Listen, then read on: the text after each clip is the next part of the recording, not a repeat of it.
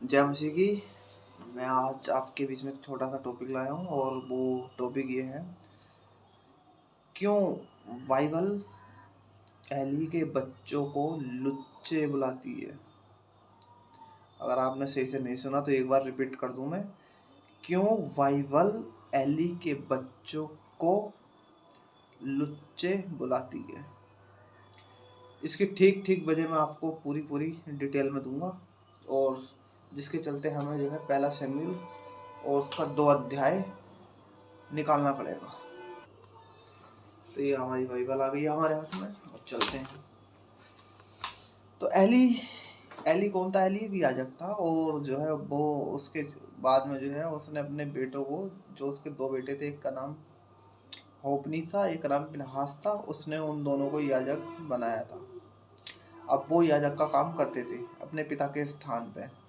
तो सीधे से चलते हैं। पहला शमूएल 2 अध्याय वचन 12 में लिखा है, एली के पुत्र तो लुच्चे थे, उन्होंने यहोवा को ना पहचाना। अब एली के पुत्र तो लुच्चे थे, ये यहाँ पे तो हमें साफ पता चल गया है कि लुच्चे थे। और इसको इब्रानी भाषा जो बुलाती है, जिसको बोलते हैं हिब्रू वर्ड में लिखा है। आप उसको जो है बेने वी लाल इसका इब्रानी वर्ड है। तो इसका स्ट्रॉन्ग है 100। आप ये नेट पे सर्च कर सकते हैं और इसको डिटेल में देखें इसकी, तो इसकी डिटेल में लिखा है वेने वी लाल का मतलब है सन ऑफ डेविल। जी, सन ऑफ डेविल। कैसे? ऐसे बताते हैं। ऐसी पहचान थी एली के बच्चों की, अगर आप अपनी पहचान ऐसी रखना चाहते हैं या नहीं रखना चाहते, तो इस अध्ययन को ध्यान से सुनिए। इनकी पहचान लुच्चों में थी। आप कौन हैं? अगुए हैं, किसी न किसी चर्च के अगुए हैं, आपकी रिस्पॉन्सिबिलिटी है।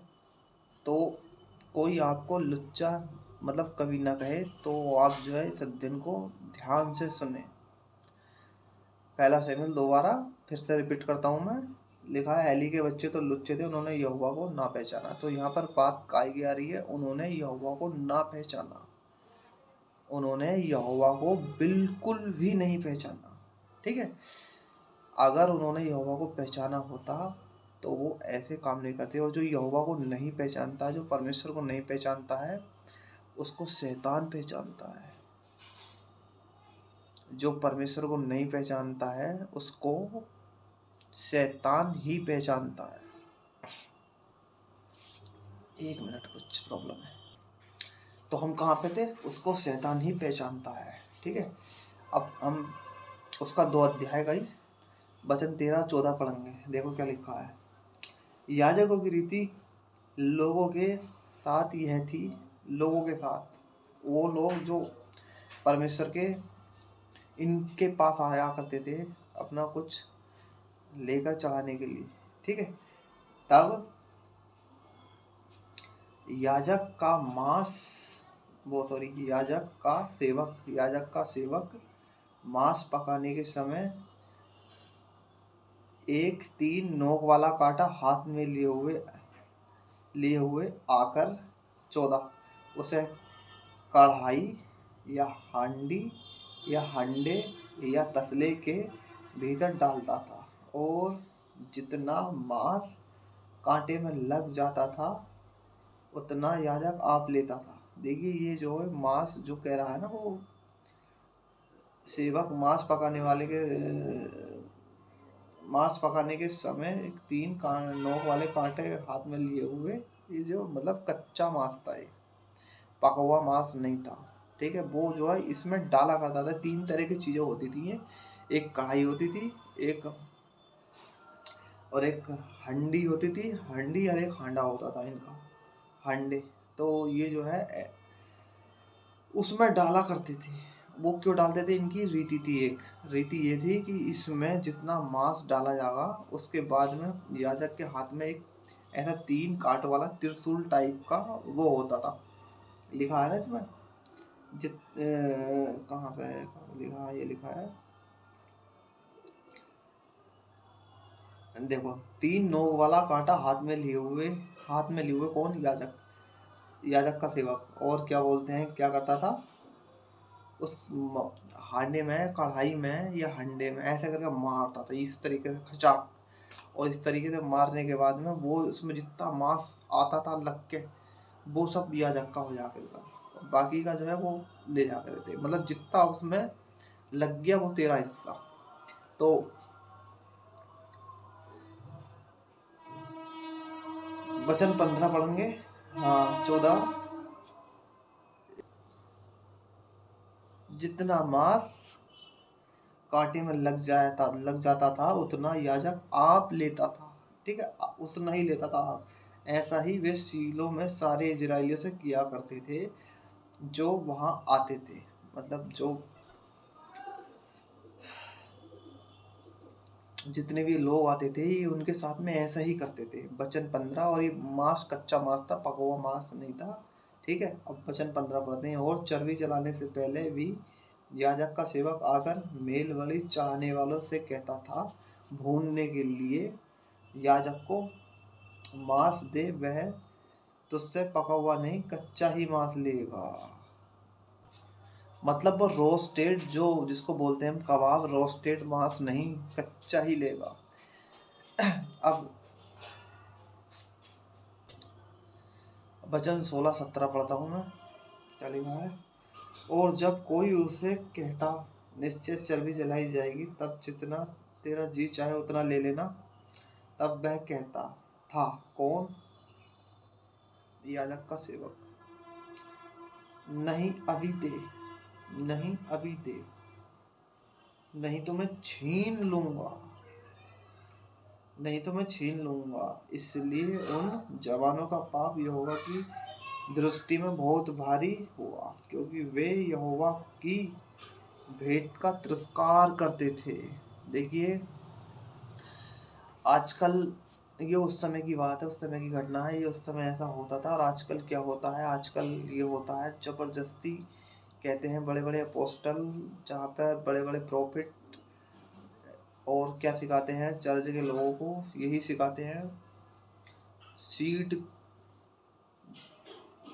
मतलब प्रार्थना का बीज बो, प्रार्थना का बीज बो, ली हैंड प्रार्थना करने के अलग 20-20 हज़ार, और बहुत सारी इसमें ऐसी वजह है जो अपोस्टल और बड़े बड़े प्रॉफिट जो आजकल ज़बरदस्ती लोगों से पैसा निकलवाते हैं कि ऐसा करो, ऐसा करो, वैसा करो, नहीं मतलब हमें जो है ज़मीन खरीदनी है उसके लिए पैसा दो, हमें ये करना है उसके लिए पैसा दो, ली हैंड करेंगे हम प्रार्थना, किसी के सर पर हाथ रख के करेंगे तो उसके लिए अलग पैसा लगेगा।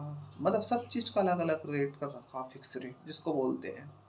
तो उस समय ऐसा चल रहा था और आज ऐसा चल रहा है, आज जो है ऐसा चल रहा है मसीहत में। तो आजकल ये भी बहुत चल रहा है, बड़े बड़े अपोस्टलों पास्टरों के पास में यही हो रहा है। मैंने भी देखा है, मैं भी जानता हूँ ऐसे अपोस्टलों को। तो अब मैं बताना चाहता हूँ 17वें वचन को। 17वें वचन की बात जो है वो 17वें वचन में लिखा है कि उन्होंने परमेश्वर का तिरस्कार किया। तिरस्कार मतलब हल्के में लेना। उन्होंने क्या करा, परमेश्वर को हल्के में ले लिया, लाइटली, जिसको बोलते हैं लाइटली। क्या आप ऐसा अगुआ बनना चाहोगे? आपको समझना होगा कि आप किसकी सेवा कर रहे हो और कैसे कर रहे हो। ये आपको बहुत ही ज़रूरी है समझना, सेवा किसकी कर रहे हो और कैसे कर रहे हो। इसलिए मैंने पहले कहा था कि आप कौन हैं, लीडर हैं, अगुए हैं, किसी न किसी चर्च के अगुए हैं, आपकी भी रिस्पॉन्सिबिलिटी है, मैंने पहले कहा था, ठीक है, इसलिए कहा था मैंने। अब मैं आपको सीधे वचन 22 में लेकर चलता हूँ। वचन 22 लिखा है, एली तो बूढ़ा हो गया था और उसने सुना कि उसके पुत्र सारे इजराइल से कैसा व्यवहार करते हैं, वरन मिलाप वाले तंबू के द्वार पर सेवा करने वाली स्त्रियों के संग कुकर्म भी करते हैं। देखिए, ये जो था एली अति बूढ़ा हो गया था। आप जानते हैं बूढ़ा, अति बूढ़ा हो गया था, मतलब लिमिट एज थी इसकी, वो पार हो चुकी थी। ठीक है, लड़खड़ा के चल रहा था। आप जानती हैं लड़खड़ा के कैसे चलता आदमी। और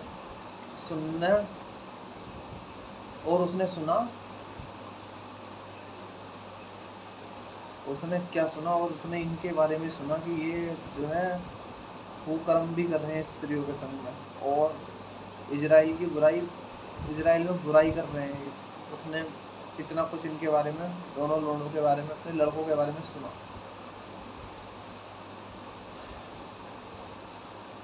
और 23वां वचन में पढ़ता हूँ आपके लिए, क्या लिखा है। तब उसने उनसे कहा, तुम ऐसे काम क्यों करते हो? मैं इन सब लोगों से तुम्हारे कुकर्मों की चर्चा सुना करता हूँ। हे मेरे बेटों, ऐसा न करो, क्योंकि जो समाचार मेरे सुनने में आता है वह अच्छा नहीं है। तुम तो यहोवा की प्रजा से अपराध कराते हो।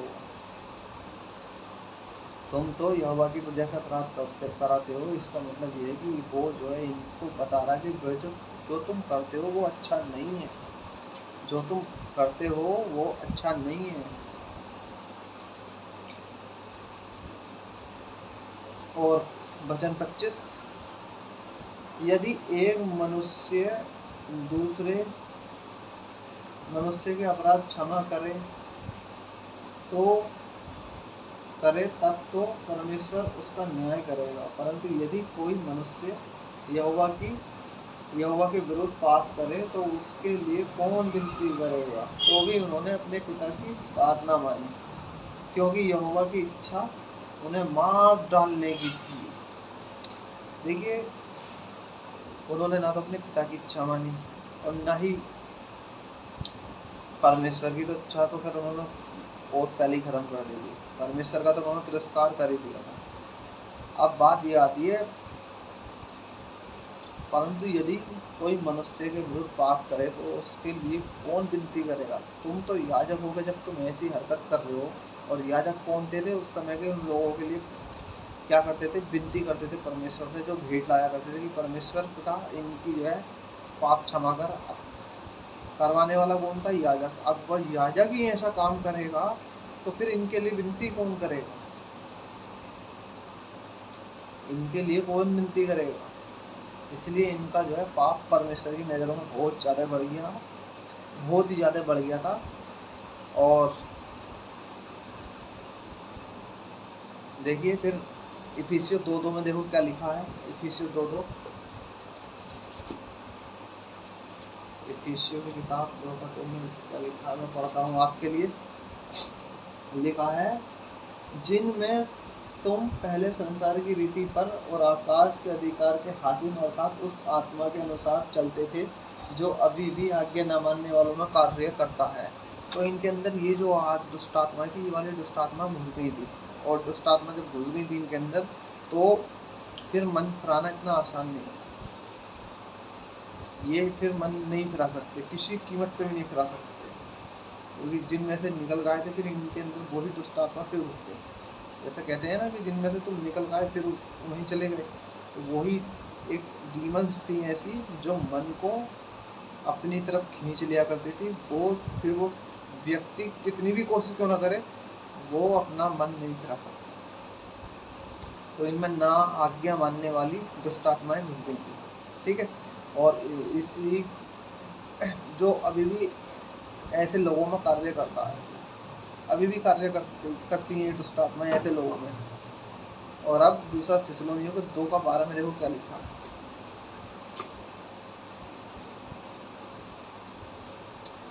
दूसरा थिस्सलुनीयों के तो देखो लिखा है, ताकि जितने लोग सत्य की प्रीति नहीं करते वरन अधर्म से प्रसन्न होते हैं, वे सबके सब दंड पाएंगे। तो इनमें ये दुष्ट आत्माएं घुस गई थी। ये सत्य पर विश्वास कैसे करते, क्योंकि इनके अंदर ना कहना मानने वाली दुष्ट आत्मा कार्य कर रही थी। ठीक है, और इनको चाहे इनके पिता समझाएं या इनको कोई भी समझाए, ये कहना नहीं मानते, क्योंकि ये इनके अंदर जो दुष्ट आत्माएं थी वो ऐसी घुस गई थी, वो सत्य को मानने नहीं देंगी, सत्य को मानने नहीं देती, इसलिए वे दंड के अधिकार बन गए। ठीक है, दंड पाने के अधिकार बन गए। ये चाहकर भी अगर मन फिराते तो भी नहीं फिरा पाते, अपना किसी कीमत पे भी नहीं फिरा पाते, क्योंकि इनके अंदर ऐसी ऐसी दुष्ट आत्माएं घुस गई थी और कार्य कर रही थी। और उधर बालक सैमुअल की एंट्री हो गई। परमेश्वर कहते हैं, मुझे यह दो बालक पसंद नहीं है। कौन कौन? होपनीस और फिनहास, यह दो बालक पसंद नहीं आए। ना मिनिस्ट्री इनकी पसंद, इनकी जो है काम आ रही थी परमेश्वर ने साफ कह दिया था कि मुझे ना तो इनकी जो है मिनिस्ट्री पसंद आ रही है, इनकी इन दोनों की, एली के बच्चों की, और ना ही इनकी लीडरशिप जो है वो भी मुझे पसंद नहीं है, बिल्कुल भी पसंद नहीं है। अब परमेश्वर ने प्लान बनाया कि मैं एक ऐसे बच्चे को लाऊंगा मैं, जिसका उठना बैठना सब कुछ परमेश्वर को अच्छा लगे, जिसका उठना बैठना सब कुछ परमेश्वर को अच्छा लगे, और जो सही से काम करे, न्याय से और सच्चाई से काम करे। तो परमेश्वर ने जो है इन दोनों को जान लिया कि ये तो अपना मन फिराएंगे नहीं, इसलिए पहले ही सैमुअल को तैयार कर दिया। परमेश्वर ने पहले ही सैमुअल को तैयार कर दिया। कहाँ लिखा है? तो लिखा है पहला सैमुअल 1:11। देखो क्या लिखा है। और उसने यह मन्नत मानी, किसने? उसकी माँ ने, हन्ना ने। हन्ना कौन थी? सैमुअल की माँ। मन्नत मानी, हे सेनाओं के यहोवा, यदि तू अपनी दासी के दुख पर सचमुच दृष्टि करे और मेरी सुधि ले और अपनी दासी को न भूल जाए और अपनी दासी को पुत्र दे, तो मैं उसे उसके जीवन भर के लिए यहोवा को अर्पण करूंगी। उसे मतलब सैमुअल को, और उसके जीवन भर के लिए मैं यहोवा को अर्पण करूंगी, और उसके सिर पर छुरा फिरने ना पाएगा। तो देखिए, परमेश्वर को तो पहले ही पता था कि ये जो है ऐसा करेंगे, इसलिए परमेश्वर ने सैमुअल को जो है पहले ही रास्ता अपना बना लिया था, मतलब प्लान बी परमेश्वर ने बना के तैयार रखा था। प्लान ए इसका फेल, प्लान बी तैयार कर दिया था। वह लड़का इसी मंदिर में आएगा जहाँ यह लड़के ढंग से काम नहीं करते। आज आपको भी परमेश्वर हटा देगा अगर ढंग से काम नहीं किया तो। अगर आपने ढंग से काम नहीं किया तो परमेश्वर आपको हटा देगा। परमेश्वर आपको हटा देगा अगर ढंग से काम नहीं किया तो। आपको जागरूक रहना है कि हम सेवा कर किसकी रहे हैं, कैसे कर रहे हैं। वह कौन सी बात थी इन दोनों के बीच में? वह कौन सी बात थी इन दोनों के बीच में?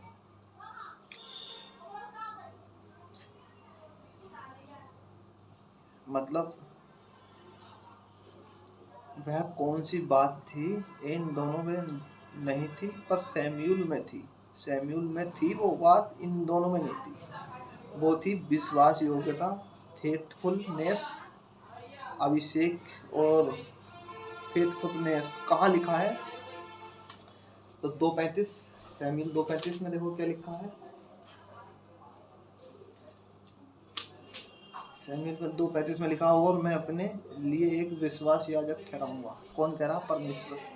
ठीक है, जो मेरे हृदय और मन की इच्छा के अनुसार करेगा, और मैं उसका घर बसाऊंगा और स्थिर करूंगा, और वह मेरे अभिषेक के आगे आगे सब दिन चला फिरा करेगा।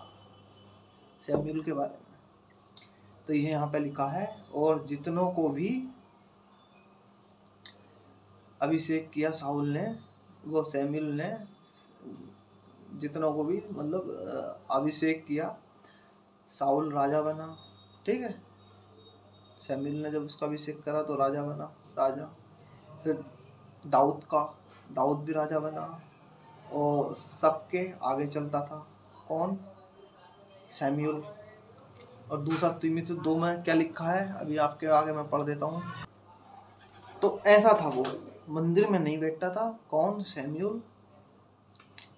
वो हमेशा आगे आगे चलता था, और बहुत ही ईमानदारी से खरा जिसको बोलते हैं याजक था सैमुअल। और देखिए दूसरा तीमुथियुस 2:2 क्या कहता है? कहता है, और जो बातें तूने बहुत गवाहों के सामने मुझसे सुनी हैं, उन्हें विश्वासी मनुष्यों को सौंप दे, जो दूसरों को भी सिखाने के योग्य हो। अब देखिए यहाँ पर कितनी अच्छी बात कही है।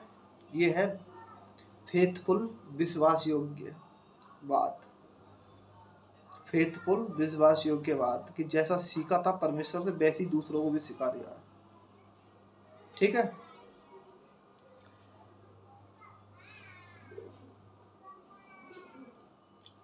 नीति वचन की किताब और उसका 28 का 20 में देखिए क्या लिखा है। नीति वचन 28 का 20 में जब हम मिनिस्ट्री के लिए जाते हैं तो देखिए मिनिस्ट्री के चलते क्या आया है।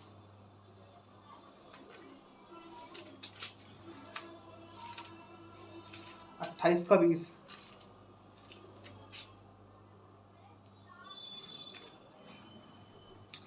लिखा है। 28 का 20 नीति वचन, फिर बुद्धि कहाँ मिल सकती है और समझ का स्थान कहाँ है? वाह! फिर बुद्धि कहाँ मिल सकती है और समझ का स्थान कहाँ है? तो देखिए सेवकाई को, ये सेवकाई में गंभीरता होना जरूरी है। समझ रहे हो? सेवकाई को बहुत ही गंभीरता से लेना है और गंभीरता के साथ में चलना है। सेवकाई को हल्के में नहीं लेना, तिरस्कार नहीं करना उसका। गंभीरता तब तक नहीं रहेगी, गंभीरता मतलब तब तक नहीं आएगी जब तक आप सेवकाई को गंभीरता जब तक नहीं आएगी, जब तक आप सेवकाई को क्या नहीं समझोगे? सेवकाई को अपना नहीं समझोगे। गंभीरता जब तक नहीं आएगी। गलातियों 1:15 में यही तो कहा रहा है। पौलुस क्या कहता है, अभी पढ़वाता हूँ। गलातियों 1:15,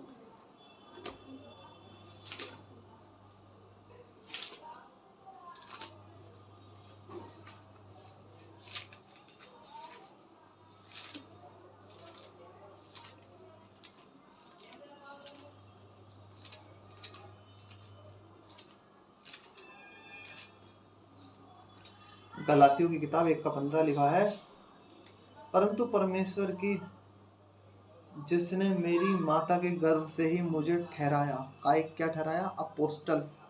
अपोस्टल बनने के लिए ठहराया, प्रेरित बनने के लिए ठहराया। ठीक है, ठहराया और अपने अनुग्रह से बुला लिया।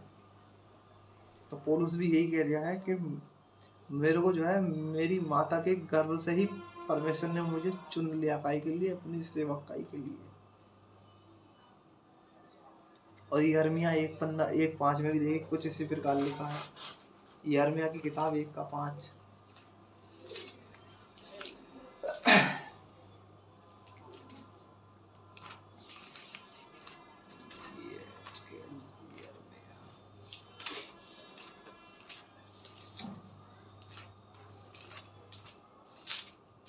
यिर्मयाह 1:5 लिखा है, गर्भ में रचने से पहले ही मैंने तुझ पर चित्त लगाया और उत्पन्न होने से पहले ही मैंने तेरा अभिषेक किया।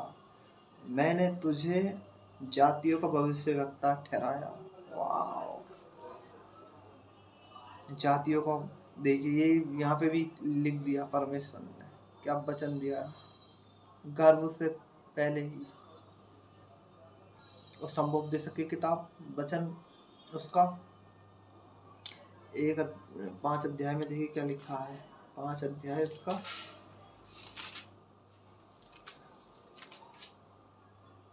1 से 7 में क्या लिखा है। संभव दे सके किताब 5 अध्याय वचन 1 से लेकर 7 तक में क्या लिखा है। उतावली में मन्नत का मान। जब तू परमेश्वर के भवन में जाए तब सावधानी से चलना, सुनने के लिए समीप जाना मूर्खों के बलिदान चढ़ाने से उत्तम है।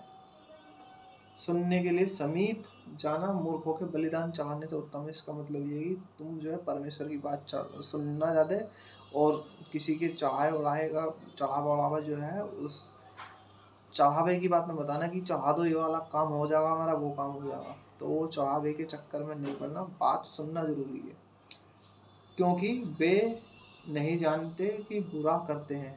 वे नहीं जानते कि बुरा करते हैं, चढ़ा किसको रहे हैं, यही तो बात है। बातें करने में उतावली ना करना और अपने मन से कोई बात उतावली से परमेश्वर के सामने निकालना, क्योंकि परमेश्वर स्वर्ग में है और तू पृथ्वी पर है। इसलिए तेरे वचन थोड़े ही हों, क्योंकि वचन 3, क्योंकि जैसे कार्य की अधीनता के कारण सपन देखा जाता है, वैसे ही बहुत सी बातों का बोलने वाला मूर्ख ठहरता है। बहुत सी बातें होंगी, बहुत सी बातें बोलने वाले लोग बोलते हैं, तो उसके बारे में कहा गया कि वो मूर्ख होता है, मूर्ख ठहरता है। जब तू परमेश्वर के लिए मन्नत माने तब उसके पूरा करने में विलम्ब न करना। अगर आप कोई परमेश्वर के लिए मन्नत मांग रहे हो तो उसे पूरा करने में बिल्कुल भी देर न लगाएं। मन्नत कई प्रकार की हैं।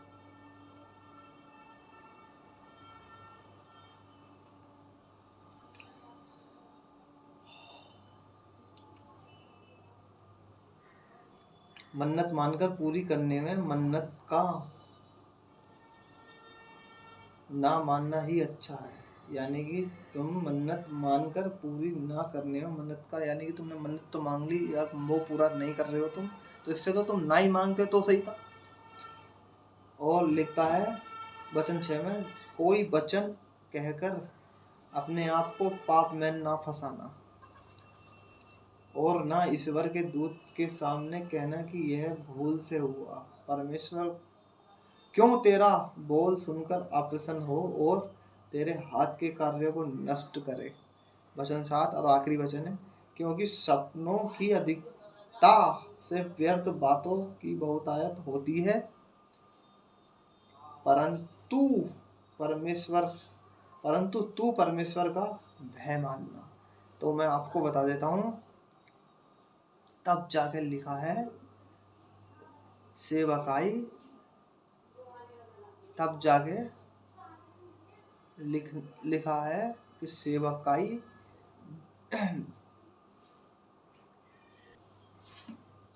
को हल्के में मत लो। तब जाके लिखा है कि सेवकाई को हल्के में ना लो, सेवकाई को हल्के में ना लो। और सीधे हम सैमुएल की किताब में चलेंगे। वचन 1 सैमुएल 2 अध्याय वचन 27 से और 31 तक पढ़ेंगे। क्या लिखा है?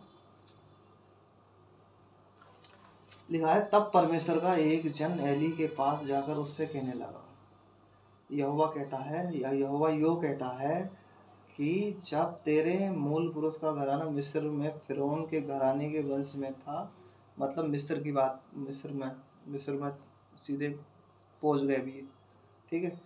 तब क्या मैं उस पर निश्चय प्रकट न हुआ? किस पे? फिरौन पे प्रकट न हुआ? बिल्कुल हुए थे। और क्या मैंने उसे इजराइल के सब गोत्रों में से इसलिए चुन नहीं लिया था कि मेरा याजक होकर मेरी वेदी के ऊपर चढ़ावे चढ़ाए और धूप जलाए और मेरे सामने एपोद पहना करें? और क्या मैंने तेरे मूल पुरुष के घरानों को इजराइलियों के सारे हब्बे न दिए?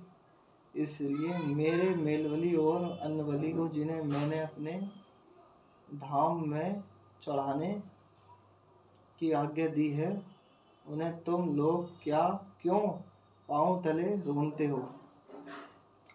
और तू क्यों अपने पुत्रों को मुझसे अधिक आदर करता है? इसका मतलब ये है कि अपने पुत्रों को जो है डांटता नहीं था, ये उनको जो है बहुत इज्जत करता था। परमेश्वर की इतनी नहीं कर रहा था जितना अपने पुत्रों की कर रहा है, ठीक है। लिखा है कि तुम लोग मेरी इजराइली प्रजा की अच्छी से अच्छी भेंट खा खा के मोटे हो जाओ। वो भेंट बताई थी ना मैंने, कांटा मारते थे, मांस लगता था उसमें और खींच लिया करते थे। इसलिए इजराइल के परमेश्वर यहोवा की यह वाणी है कि मैंने कहा तो था कि तेरा घराना और तेरे मूल पुरुष का घराना मेरे सामने सदैव चला करेगा, परंतु अब यहोवा की यह वाणी है कि यह बात मुझसे दूर हो गई। दूर क्यों हो गई? क्योंकि तुम मेरे कहने को नहीं मान रहे, मेरी प्रजा के साथ में गलत कर रहे हो। मैंने कहा था, लेकिन जो मैंने कहा था वो बात परमानेंटली अब नहीं रही है, क्योंकि तुम्हारे कुकर्म के चलते वो बात मुझे उसको बदलना पड़ गया है। इसलिए परमेश्वर ने ये कहा कि मुझे वो बदलना पड़ गया है, मजबूरी में, तुम्हारे कुकर्म के चलते, ठीक। क्योंकि जो मेरा आदर करेगा मैं उसका आदर करूँगा, और जो मुझे तुच्छ जाने वे छोटे समझे जाएंगे। मतलब वचन को छोटा समझ दिया, वचन की बहुत ही उसमें ले लिया, हल्के में ले लिया, तो परमेश्वर कहता है कि मैं अब तुम्हें भी छोटा करूँगा। और लिखा 31 में, सुन, वे दिन आते हैं कि मेरा भुजबल और तेरे मूल पुरुष के घराने का भुजबल ऐसा तोड़ डालूंगा कि तेरे घराने में कोई बूढ़ा ना होने पाएगा। तेरे घराने में कोई बूढ़ा ना होने पाएगा, यानी कि इसका मतलब है कि जो मैंने हाथ रख रखा था तेरे ऊपर, जो मेरा भुजबल था तेरे ऊपर, वो मैं हटा रहा हूँ, अब तोड़ डालूंगा, मैं उसे ख़त्म कर रहा हूँ। और भरी जवानी में, जो भरी जवानी आएगी, मतलब तेरे घर में बच्चे पैदा होंगे, जवान होंगे, लेकिन वो जवानी में ही मर जाएंगे, बुढ़ापा वो नहीं देख पाएंगे। परमेश्वर का वचन यहाँ पे ये कह रहा है, बताता है हमें कि वो जवानी में ही मर जाएंगे, शादी और बुढ़ापा नहीं देख पाएंगे। तो अब 32 और 33 पढ़ता हूँ। मैं तेरे कुल के सब किसी से तो अपनी वेदी की सेवा न छीनूंगा, परंतु तो भी तेरी आंखें देखती रह जाएंगी और तेरा मन शोकित होगा, और तेरे घर की बढ़ती सब अपनी पूरी जवानी में ही मर मिटेंगे। पूरी जवानी में मर मिटेंगे, पहले ये कह दिया था मैंने।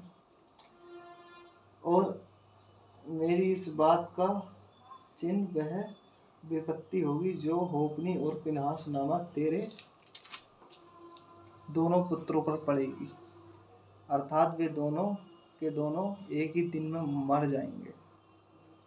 ये परमेश्वर को इन्होंने बहुत ही हल्के में ले लिया, बहुत ही हल्के में ले लिया, इतना हल्का बना दिया परमेश्वर ने कि अरे चलता है, स्त्रियों से छेड़खानी करो चलता है, परमेश्वर के लोगों के साथ में गलत करो चलता है, जबरदस्ती किसी से मार लो चलता है, उन पर हुकूमत अपनी जमाओ चलता है। तो परमेश्वर उनसे अब अपना पलटा लेने के लिए तैयार हो गया, और परमेश्वर ने ये देखो वचन में कह दिया है कि मैं ऐसा करूँगा कि तेरे घराने के लोग मेरी सेवा तो करेंगे, लेकिन वो जवानी में ही मर मिटेंगे, बुढ़ापा देख ही ना पाएंगे, ना शादी हो पाएगी उनकी। वचन 35, और मैं अपने लिए एक विश्वास योग्य याजक ठहराऊंगा, जो मेरे हृदय की और मन की इच्छा के अनुसार क्या करेगा। बात सैमुअल की हो रही है। और मैं उसका घर बसाऊंगा और स्थिर करूंगा, और वह मेरे अभिषेक के आगे आगे सब दिन चला फिरा करेगा। अभिषेक कौन थे, आपको मैंने बता ही दिया पीछे, साउल और सैमुअल, साउल और सॉरी दाऊद।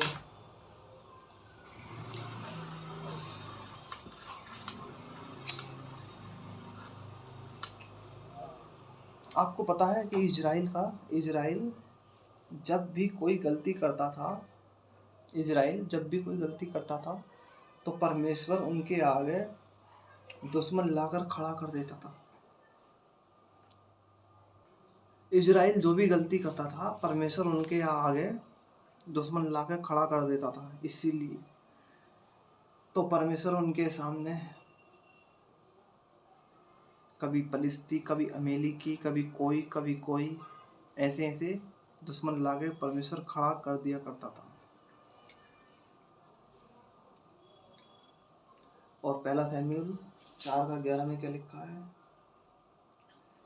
4:11 वचन 11 और 18 लिखा है। 11, और परमेश्वर का संदूक छीन लिया गया, किसने, पलिश्तियों ने, और एली के दोनों पुत्र होपनी और फिनहास भी मारे गए।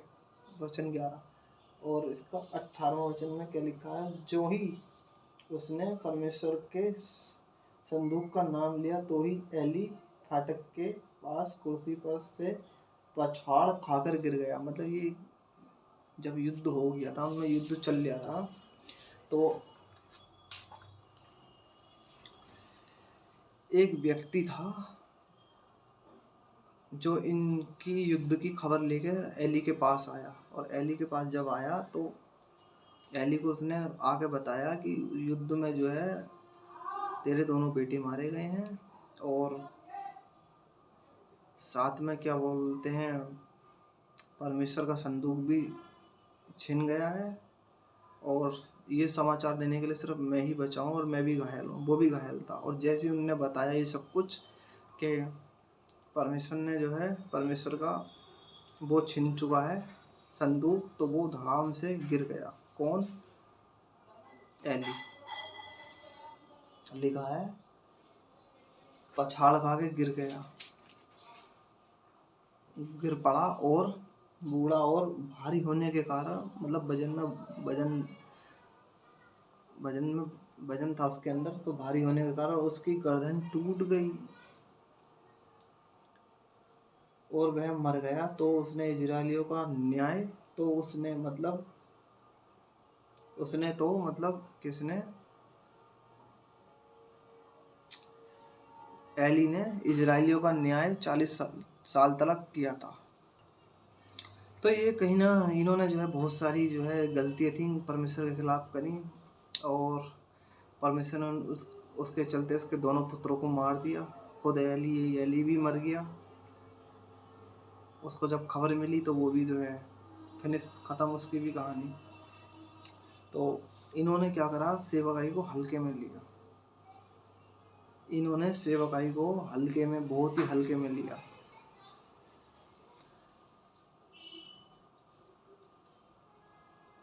आप सेवकाई को हल्के में ना लें कभी भी। अगर आप सेवकाई कर रहे हैं प्रभु के लिए, तो इसको हल्के में बिल्कुल भी ना लें।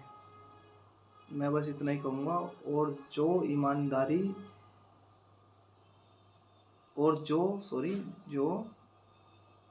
को भी जोड़ूंगा मैं भी, जो जिम्मेदारी आपने ली है प्रभु के काम को लेकर, उसे ईमानदारी से निभाएं। आप सभी को परमेश्वर का काम ईमानदारी से निभाना है। आप किसी की भी मिनिस्ट्री मतलब किसी भी मिनिस्ट्री से क्यों ना जुड़े हुए हो, छोटी हो या बड़ी हो, बस ईमानदारी से रहें। एली एली के बच्चों को 2 नाम यह मिला था। एक तो वो लुच्चे थे, लुच्चे ऐसा नहीं जाना, ना ही डर गंभीरता, उसी के चलते बेड़ा गर्क।